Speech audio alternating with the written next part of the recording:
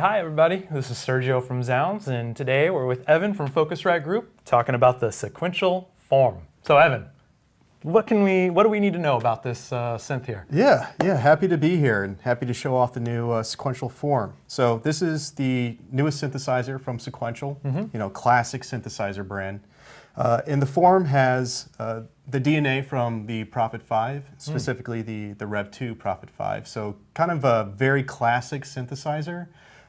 This shares DNA with that. So it's not exactly the same, but we have oscillators and filters reminiscent from the Prophet 5. But the Fourm has a polyphonic aftertouch keybed, which is brand new to Sequential. So Sequential developed this tactive keybed, and essentially that allows us to have more expression with our synth. So polyphonic aftertouch is essentially you hit a note and you press it, and then it can do a variety of things. It can change the filter cutoff, pitch, things like that. So that's aftertouch. Sure. Polyphonic aftertouch is I can do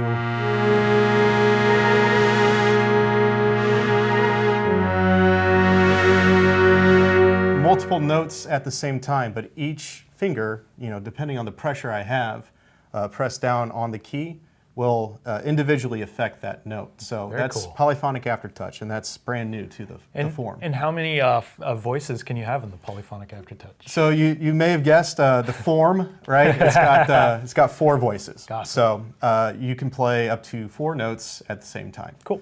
And of course you can stack the notes as well in unison mode, but 4 voices of 100% analog synthesis. Excellent, excellent. So can you just kind of show us around the controls here and tell us what's going on? Yeah, absolutely. So this is very much a classic sequential synthesizer. So we have 2 oscillators, 100% analog, and we'll just do a initialize patch here. And we have our first oscillator on our saw wave, but we can change that to pulse. We can change the pulse width. Or we can combine both oscillators at the same time. And we can do the same for oscillator B. We have saw, pulse, both, but we also have a triangle wave available on oscillator B. Oscillator B can also be used as a polyphonic LFO. So we do have one LFO on here, which can be used for vibrato. But before, we'll get to the mod matrix in just a second. Sure. But, this is very much a classic subtractive synthesizer. So we have our 2 oscillators, we have our mixer, and then we have our analog filter. So the filter, 100% analog, it'll self-resonate as well. And then we have 2 envelopes. We have our volume envelope and our filter envelope as well. So a classic signal path for a subtractive synthesizer. Excellent. Okay. Could we hear a few, maybe some sounds out of this? Yeah, absolutely. So we got a bunch of presets in here. There's a couple that I think really show off the polyphonic aftertouch. This patch right here, I think, is a good demo of what poly aftertouch can do. Sure. So I'm not a great keys player, but I'm going to play a simple chord here. And I'm going to apply pressure to my different fingers, and it's going to accentuate the notes depending on the pressure. All right, let's hear it.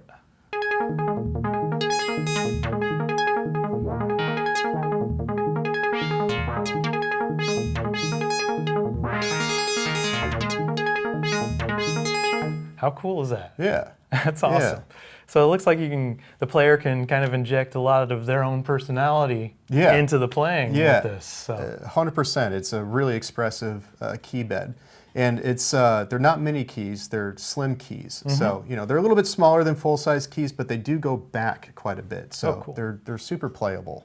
Sweet, very cool. All right, let's hear some more out of this. Yeah, there's another patch that I really like.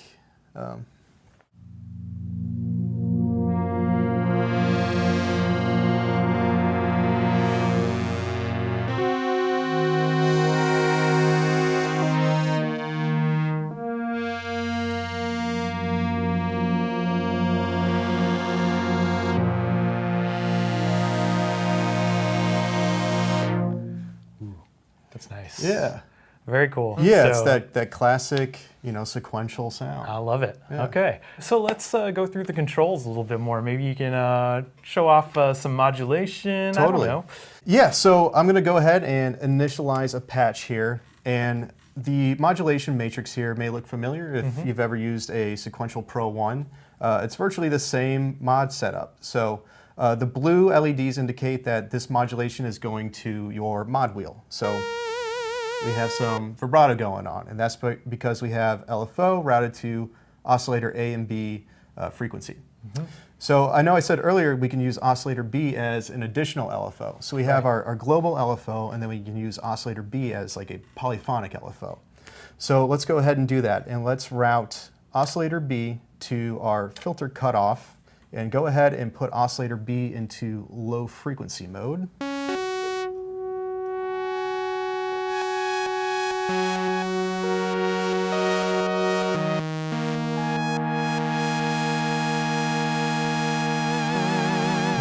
Right? That's awesome. Yeah, and then we have our aftertouch modulation down here as well. So Yes. really straightforward. So we have the amount of aftertouch, which is the amount of pressure that I'm putting on the key, and what that is doing. So right now we have aftertouch on filter cutoff, but for demo purposes, we can tie it to our frequency.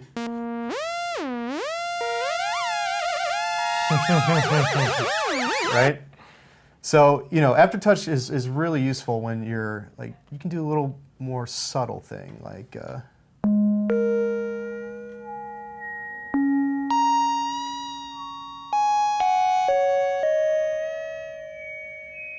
That's cool. It's like, it's like I'm a guitarist. So Yeah. it's like similar to just like subtle bending, of Totally. just like the nuance that you can add right. to kind of, personalize it a little bit. Yeah, just express yourself a Yes. little more. And the key bed feels really nice. You can actually give it quite a bit of a push there. Cool. In addition to the arpeggiator, we have a step sequencer, which works like any other step sequencer would. We can hit record, tap in the notes, and then it plays the sequence back. But we can actually take this a step further and turn that note data into modulation data. So I'm going to go ahead and change the mode from sequencer note into sequencer modulation. And then we can choose what we want our sequencer to modulate. So you can modulate the oscillator frequencies, but for this, let's modulate the filter cutoff. Okay. So now when I hit record and tap in a sequence, instead of playing those notes back, it's going to play whatever chord I play, but it's going to take that note data and apply it to the filter cutoff. Okay, let's hear it.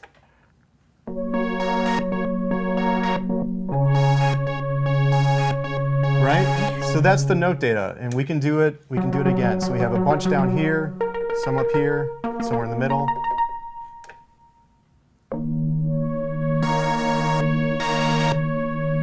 That's interesting. So you can think of it as like a complex LFO or a complex envelope. Okay. But it's taking that note data and turning it into modulation data. I'll take your word for it. I'm just interested to how with modulation data. This doesn't even have to be part of the video, but I'm just like, I don't know what that means. Yeah, it's so it's taken like low values and high values, middle values, and just So it would, okay. so like an LFO is doing Sure. this, and an envelope is a shape. The sequencer, it's kind of like a controlled sample and hold, Got you. but you get to choose, the sequence. So it's just a complex LFO. Okay, that's interesting. Okay, that makes a lot more sense now. Okay, you kind of use the note data to kind of like do the modulation. It's the oscillation of the mod itself. Yeah, Okay. and you can apply it to frequency, filter cutoff, LFO speed, things like that. So Very cool. yeah. So Fourm is a 4-voice polyphonic synthesizer, right? But we can turn unison on and actually turn this into a pretty beefy monophonic synth. Okay. So here's a patch. Right now it's polyphonic, but I could turn unison on and stack those 4 voices together.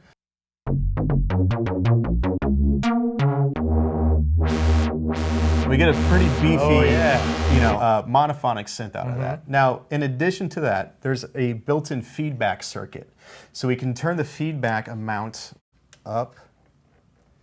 And that audio is actually feeding back into the mixer, and there's a drive in there. So we can beef it up even more.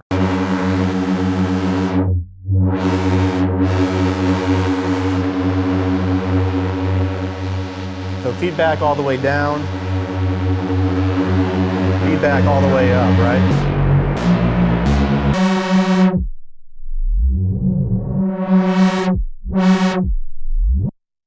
That is so fat sounding. Yeah, yeah, it's fun. I really enjoy that one. So that's cool. Yeah, so, just to go over again, we got the classic sequential DNA from the Prophet 5 Rev 2. We got the same oscillators and the same filter from that. And then we have the feedback circuit, 4 voices, polyphonic aftertouch keybed, all in this tiny form factor. And the price point is pretty killer too. It's a heck of a deal that you get for all this synth. Yeah. So that's awesome. Well, thank you so much, Evan, for coming by. I think that this is just an awesome value and easy enough for a guitarist like me to understand it. Yeah. So thank you again. I've been Sergio zZounds. So thank you guys. We'll see you next time.